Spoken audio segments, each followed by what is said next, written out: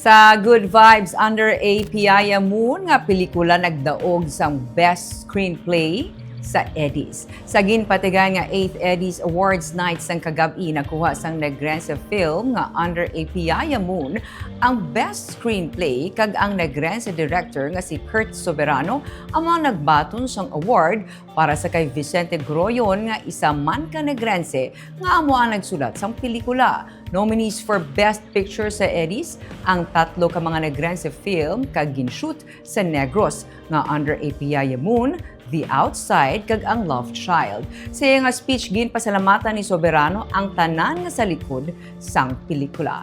Ang The Eddys ang annual awards giving body nga nagakilala sang filmmakers kag ang mga tawo sa likod sang mga pelikula.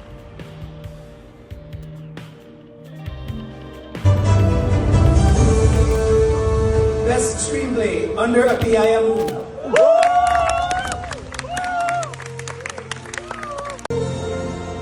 Hello, good evening. I'd like to accept this award in behalf of Vince Groyon.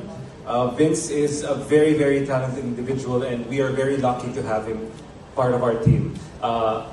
Vince would also like to take this opportunity to thank Pure Gold and CD Panalo for this opportunity, and we hope to see more of Vince's work in the future. Thank you. Yeah.